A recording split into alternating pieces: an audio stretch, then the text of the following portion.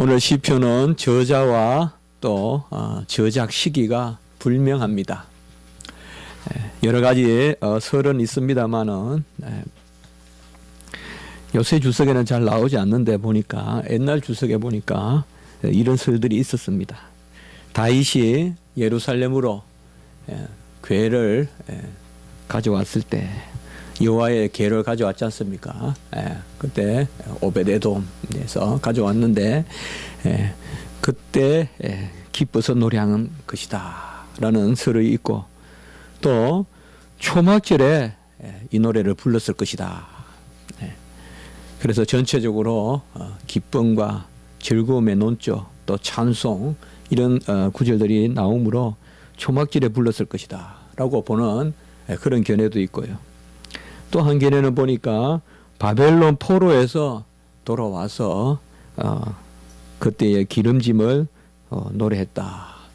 상당히 시대 배경도 바벨론 포로 또 다윗의 그 여호와에게 많은 그런 아주 시간차가 600~700년 나는 그런 이런 배경에 대한 그런 설들이 많습니다. 어떤 경우든 이 세 가지 사건만 보면 법궤를 모셔왔다거나 이스라엘 백성들이 초막절을 지낸다거나 또 바벨론에서 돌아온 것, 이건 상당히 유대 의식에 있어서 너무 중요한 사건들이죠.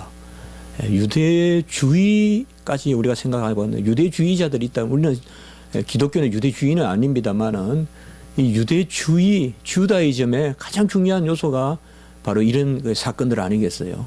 법궤라든지 또 초막절은 사실 유대 민족에게는 하나님께서 매년 거두고 수장하고 안식하는 그런 의미도 있지만, 초막절은 종말론적 의미가 있거든요.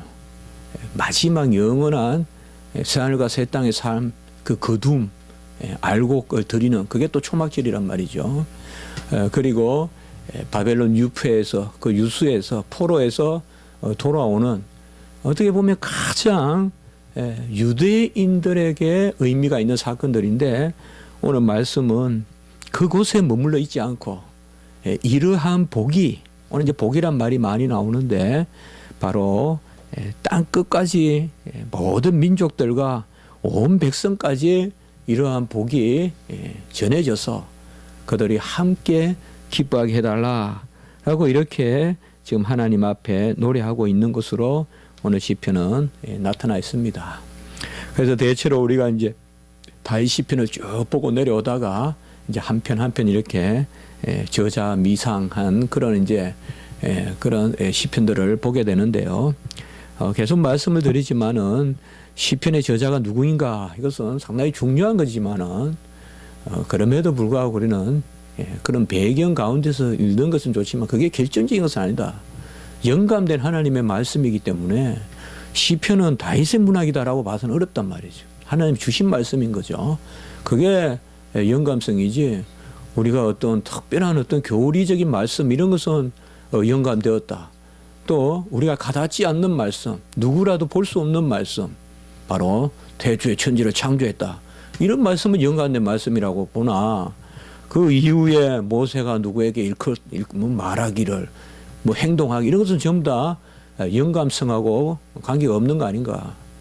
그래서 어떤 성경의 영감은 역사적인 사건에 대해서는 우리가 영감성을 말하기 어렵다.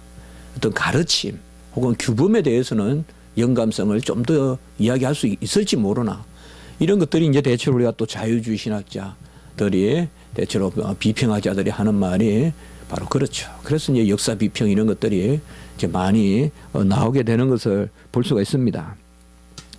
어쨌든 바로 오늘 시편의 저자가 우리에게 알려져 있지 않더라도 오늘 시편은 우리에게 아주 귀한 진리를 말씀해 주는 것은 바로 이러한 유대인들 가운데서 하나님이 가장 귀하게 주시는 복, 그것이 바로 땅 끝까지 전파되게 해달라는 어떤 그런 시편에 나오는 그런 신약 시대를 바라보는 그런 시라고 우리가 볼 수가 있겠습니다. 1절을 보면 아주 전형적인 그런 유대주의 축복 양식을 우리가 볼 수가 있는데요. 민수기에 나오는 바로 하나님은 우리에게 은혜를 베푸시사 복을 주시고 그의 얼굴빛을 우리에게 비추사 이렇게 말씀하고 있습니다.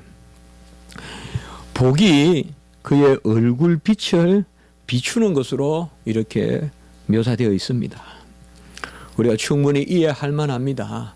얼굴빛을 비추라 그러겠어요. 왜? 그냥 만나자 하든지 나에게 오소서라고 하지 않고요. 여러분 태양을 오라고 하는 사람이 있겠어요? 태양아 나에게 던져져라 이렇게 기도하는 사람이 있겠냐고요. 태양 빛을 달라 그러겠지. 태양은 내 근처에 오면 타버리죠. 어떻게 보면 구약시대 때 뭐 이건 제 어떤 간조인지 모르겠지만은 구약시대 때 이 얼굴빛 저는 이 얼굴빛이 한때는 되게 좋게도 느껴졌지만 어떻게 보면 뭔가 모르는 또 거리감일 수도 있고요. 그러니까 하나님의 얼굴빛을 비춰달라 이 말은 사실 우리가 이해 못할 바가 아니죠. 이 이상 어떻게 구하겠어요. 하나님이 우리 가까이 오면 우리는 그냥 사라져버리죠. 우리 존재가 타버리든지 태양도 만질 수 없는 우리 존재가 어떻게 여호와의 빛을 여호와 자신을 우리가 영접할 수 있겠습니까? 어떤 그런 구약시대 때의 표현이다 그렇게 볼 수도 있어요. 물론 신약시대도 이런 표현이 나오지만 어쨌든 얼굴 빛을 비추어달라 이것은 다른 것이 아니라 여호와께서 그의 시선을 그러니까 감찰하시고 근고하신다 이런 단어들 바로 그가 우리를 바라봐 달라.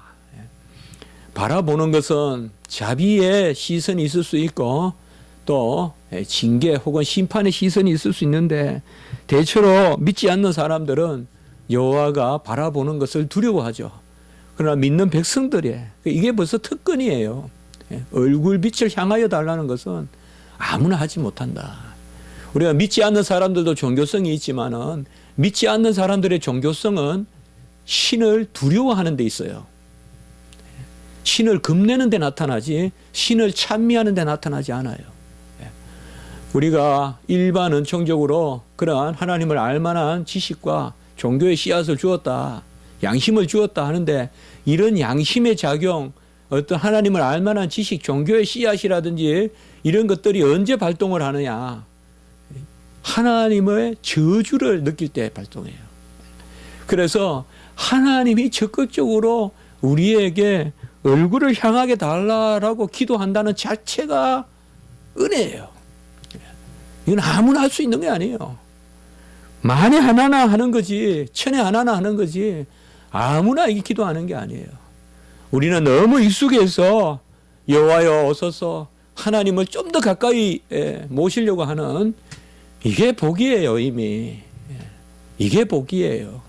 하나님의 은혜가 없고 거듭남이 없으면요 하나님 제발 좀 멀리 있으라. 종말이 좀 제발 나중에 와라. 끝이란 단어만 들어도 벌써 두렵고 말이죠. 안 믿는 사람들이 무슨 노스트라다무스니 이런 것들에 얼마나 두려워합니까 세상이.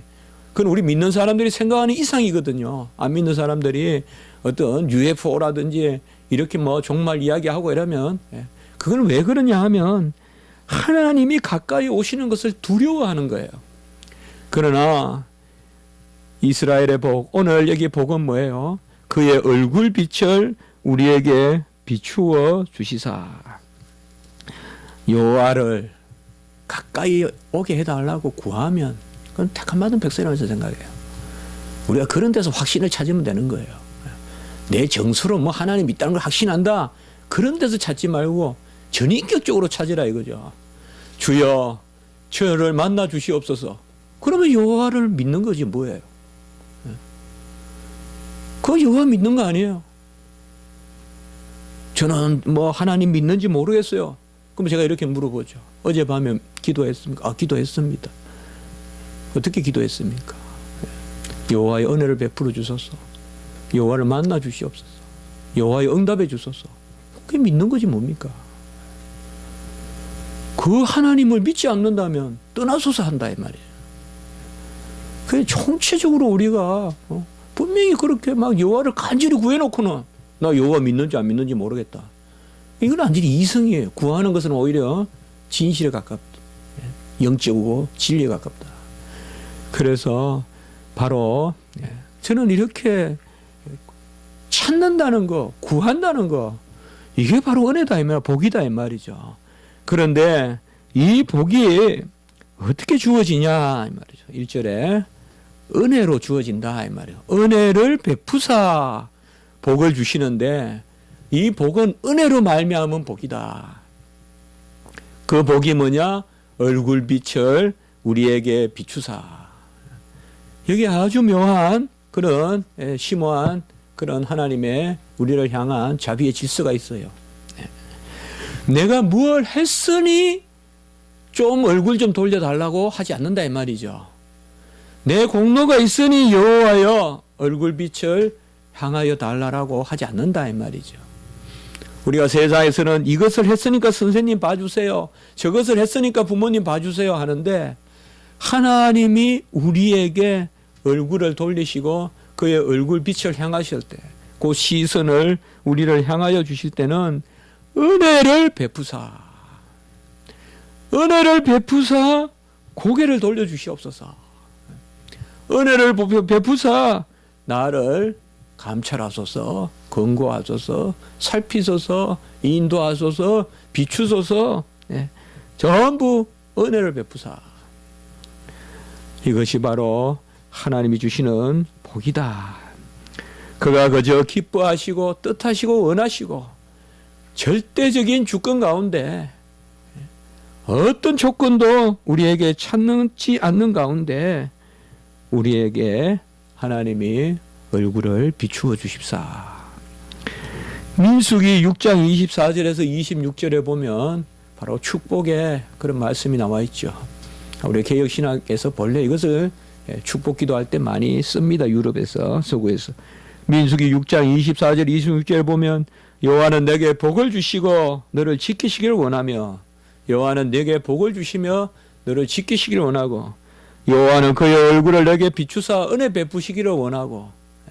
여기 보면 그의 얼굴을 비추사 은혜 베푸시기를 하고, 그리고 여호와는 그의 얼굴을 내게로 향하여 드사 평강 주시기를 원하노라. 이렇게 민수기 6장 24에서 26까지 말씀하고 있습니다. 그렇게 본다면 오늘 1절은 철저히 여호와의 백성에 관한 것이요, 이스라엘 백성에 관한 것이요, 유다 백성에 관한 것이요. 출애굽기 4장 22절에 보면 이스라엘은 내 장자라, 이스라엘은 내 아들 내 장자라 라고 한 바로 그 말씀을 반영하는 것입니다. 그런데 이러한 복을 바로 하나님께서 2절에 보시면 땅 위에 또 구원을 나라에 알리소서라고 이렇게 말하고 있습니다. 그러면 여호와께서 은혜를 베푸사 복을 주시는 그 얼굴을 향하시는 것, 이것이 이제 복이 2절에 보면 어떻게 나타나느냐? 주의 도를 땅 위에 주의 구원을 나라에 알리는 것으로. 그 지금 여호와 하나님께서 얼굴을 향하사 은혜로 복을 베푸시는데 그 복이 뭐냐? 물질이 아니고 어떤 건강이 아니고 본질적으로 말씀의 복이다 이 말이죠. 주의 도를 땅 위에. 여기 도라는 말은 어떤 이치 또 길 이렇게 될 수 있지만은 이것은 로고스의 말씀이다. 바로 주의 말씀을 땅 위에. 이 말씀이 바로 어떤 말씀이냐? 주의 구원의 말씀이다. 2절 후반부에 보면. 그 결국은 여호와께서 얼굴을 향하사 복을 주시는데 그걸 어떻게 하느냐? 조건으로 주시는 것이 아니고 은혜로 주시는데 그 복이 어떤 복이냐? 바로 여호와의 도를 가르쳐 주시고 말씀을 가르쳐 주시고 그리하여 그 말씀으로 구원에 이르게 하시는 복이다. 이것을 1절 2절에서 말하고 있어요. 곧 여호와께서 우리에게 얼굴을 비추신다는 것은, 빛을 비추신다는 것은 다른 말씀이 아니라 말씀으로 우리를 거듭나게 하신다 이 말이죠. 말씀으로 구원에 이르게 하신다 이 말이죠. 곧 그 복이, 여호와의 얼굴에 있는 그 빛을 비추어 주시는 복이 우리에게 말씀으로 오는 복이다.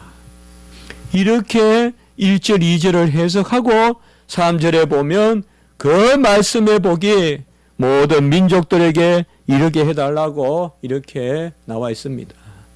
제가 왜 이렇게 한번 해석을 해보았는가 하면, 고린도 후서에 보면, 고린도 후서 4장 4절에서 우리가 6절 7절에 보면 그리스도의 영광의 복음의 광채라고 해요. 사도 바울이 그리스도의 영광의 복음의 광채, 곧 빛이라고 하고, 그 예수 그리스도 안에 있는 하나님의 영광을 아는 빛. 이건 제가 자주 말씀드리는 좋아하는 구절이죠. 고린도후서 4장 6절.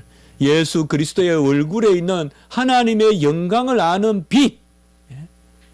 이 빛이 바로 오늘 시편에 나오는 그의 얼굴빛이에요. 예수 그리스도의 얼굴에 있는 하나님의 영광을 아는 빛. 이 빛이 무슨 빛이냐? 금방 우리가 주의 도, 말씀의 복, 그것을 빛이라고 했듯이 고린도후서 4장 4절에 보면 그리스도의 영광의 복음의 광채다 이렇게 말하고 있단 말이죠. 결국은 우리가 오늘 시편에 말하면 주의 도의 광채다 이 말이에요. 그래서 예수 그리스도의 얼굴에 있는 곧 하나님을 아는 빛은 곧 말씀의 빛, 영광의 복음의 빛, 그것을 내게 비추어 주소서. 결국 오늘 시편 1절에서 3절까지 읽으면서 우리가 생각할 수 있는 것은 구약 시대 때도 어떤 세속적인 복을 받았다. 우리가 그렇게 자주 세대주의적으로 평가하거든요. 구약 시대 때는 만나를 받았고 메추라기를 받았고, 신약 시대 때는 복음의 시대고, 그게 아니다 이 말이죠. 구약도 하나님의 말씀의 복, 다바르 야훼 여호와의 말씀의 복을 받았다 이 말이죠. 그것을 비추어 주시고 그 말씀을 지금 연결고리로 이제 만국으로 그 말씀이 확장되어 가는 것이죠. 어떤 구약시대 백성들에게 비추어졌던 그것도, 그게 어떤 구약시대에 있었던 어떤 그런 전통적인 역사상 나타나는 어떤 그러한 구름기둥 불기둥 그런 것 같으면 그것은 어떻게 보면 구약시대에 갇혀있는 그들의 과거의 신앙이 되지만은 그게 아니라 마르지도 아니하고 시들지도 아니하는 그 동일한 말씀을 우리에게 비추어 주셨듯이 그 동일한 말씀을 오늘날 저 땅끝까지 이방까지 비추어 주시옵소서. 오늘 1절에서 3절 4절까지는 우리가 어렵게 해석하지 않더라도 이 본문이 우리에게 금방 와닿는 것은 바로 이런 것이죠. 그래서 고린도후서 바로 4장 7절에 보면 이 보배를 질그릇에 가졌다 이렇게 사도 바울이 이야기한단 말이에요.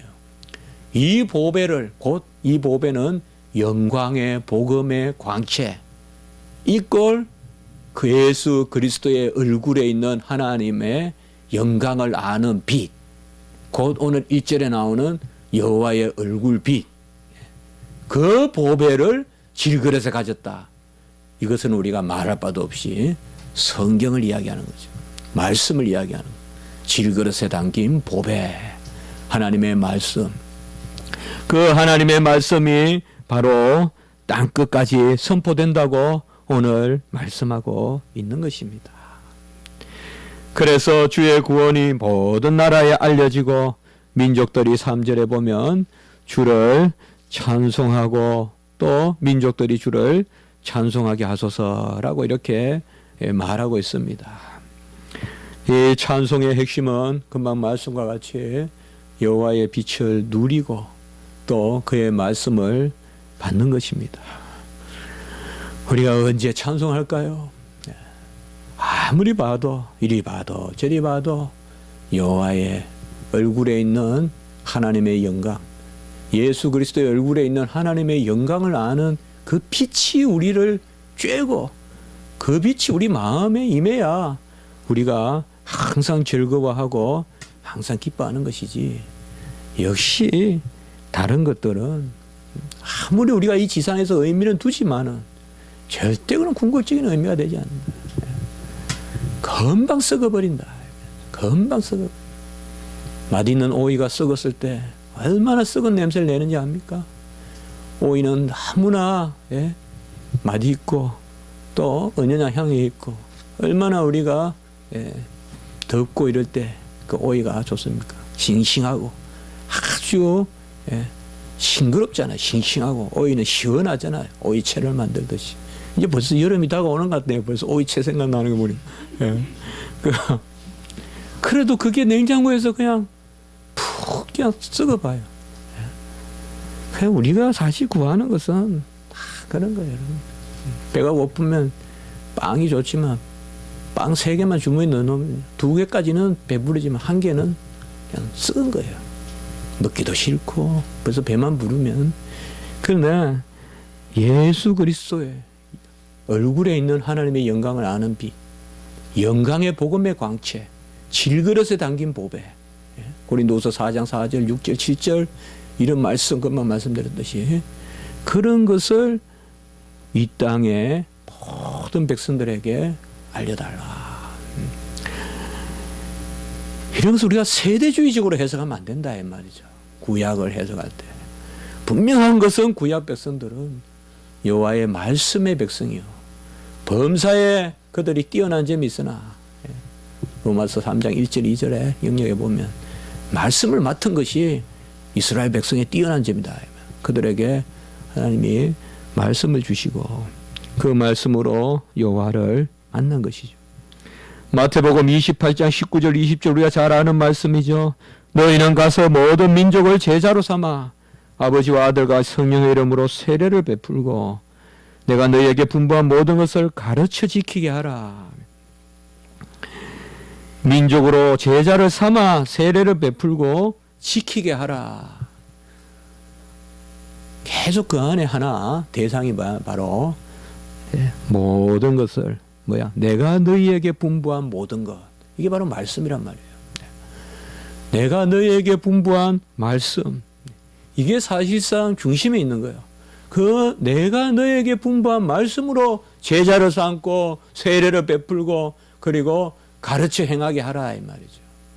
사실 이 말씀은 가르쳐 행하게 하라에 물론 목적으로 나타나지만은 사실상 다 해당하는 거예요. 말씀으로 세례를 베풀고 말씀으로 땅끝까지 전하고 말씀으로 가르쳐 지키게 하라. 볼지어다 내가 땅끝까지 세상 끝날까지 너희와 항상 함께 있으리라. 우리가 마태복음 28장 19절 20절 마지막 이것은 개인 구원적으로 말하면 여기 구절은 너무나 중요한 구절이죠. 사실 너무나 평범하게 여기지만은 초대교회에서 이만큼 중요한 구절이 없어요. 삼위일체 하나님을 정확하게 드러내고 또 세례 드러내고 또 영원히 함께 있으리라는 임마누엘의 하나님을 드러내는 거예요. 여기에서 우리는 요한복음 14장 16절 17절 내가 너희와 항상 함께 있어. 영원히 떠나가지 아니하시는 그 보혜사 성령을 사실 여기서는 전제하고 하는 말씀이죠. 보혜사 성령을 주심으로. 그런데 한 가지 놓치지 말아야 될 것은 마태복음 28장 19절과 20절은 교회적인 문맥 가운데 읽어야 돼요. 이게 상당히 중요한 부분이에요. 그러니까 우리가 요한복음 같은 경우는 좀 더 보혜사 성령의 임재로 말미암은 개인 구원의 차원이라고 말할 수 있다면 요한복음 14장 16절 17절에 나오는 보혜사 성령이 임하면 항상 영원히 떠나가지 아니하시고 그것이 우리와 함께 우리 안에 있다고 할 때는 그것은 좀 더 우리 내적 혹은 인격적 성령의 임재라면 이 마태복음 28장 19절에서 20절은 교회적 임재. 볼지어다 내가 영원히 교회를 떠나지 않겠다는 거예요. 영원한 교회, 바로 교회가 주님 오시고 완성되지 주님 오시면 폐지되지 않는다 이 말이죠. 제가 최근에 이제 다음 주에 종말론에 대한 그런 강의를 이제 우리 전체 또 교단 신학부에서 해야 되는데요.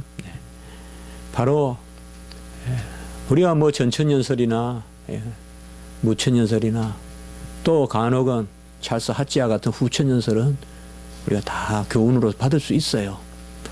개혁주의 종말론이다 그러면 그런 것을 다 받을 수 있어요. 물론 우리는 이제 요새는 무천연설이 대세고 전천연설은 조금 가미되고 후천연설은 조금 시대적으로 아무리 봐도 이게 지상에서 주님 오시기 전에 천년왕국이 완성될 것 같지 않거든요.